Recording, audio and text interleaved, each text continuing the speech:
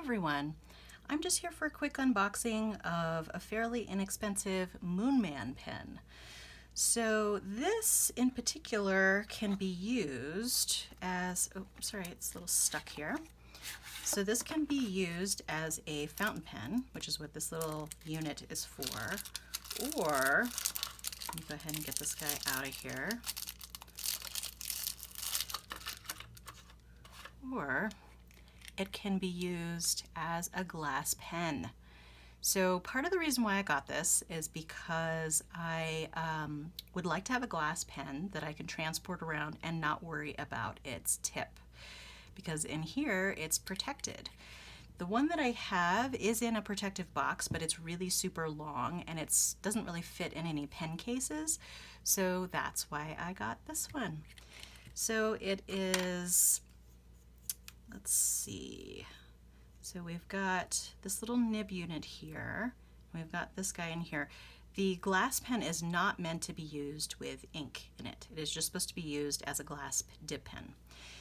The nib unit here, which appears to be, is that sealed? No, it's not sealed. Okay, let's get that out of there. Sorry for all the crinkling. Okay, that's interesting. And I am not quite getting what that nib unit little converter is all about.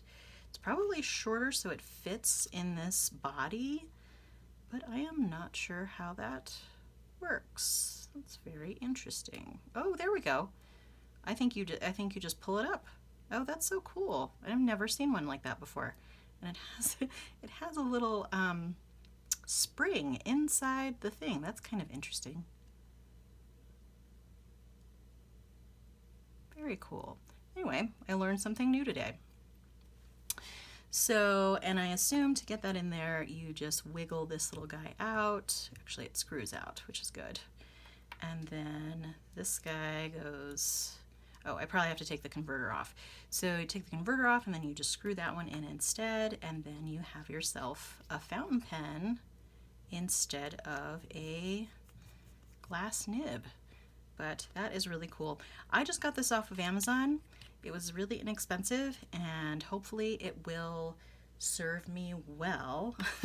Let me go ahead and get my paper out and we'll do a little test with the dip pen and see how that works there. Let's see, what do I have here? I am going to get out this Ackerman ink that I have because it just happens to be right here. Nib unit aside. Oh, I should also put the back on. And let's see. Uh-oh. I'm totally glad I did not lean into that. I got a big old drop of ink on my desk. Okay. And it looks like I have a couple drops here, where that's okay. So this is the glass dip pen test.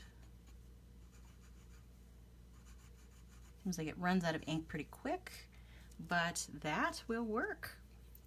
All right. It doesn't seem to flow as well as my other glass pen, and I think this is really just going to be for travel purposes with the glass pen. I'm going to dip it in again and see how it goes the second time. Let's see how long until it runs out of ink. It seems to be flowing a little bit better. It might have had some machining stuff on it the first time. Yeah, and then it stops there. But that's pretty good. All right, I'm pretty happy with that. I'm just rinsing that off a little bit off screen here. And there you go.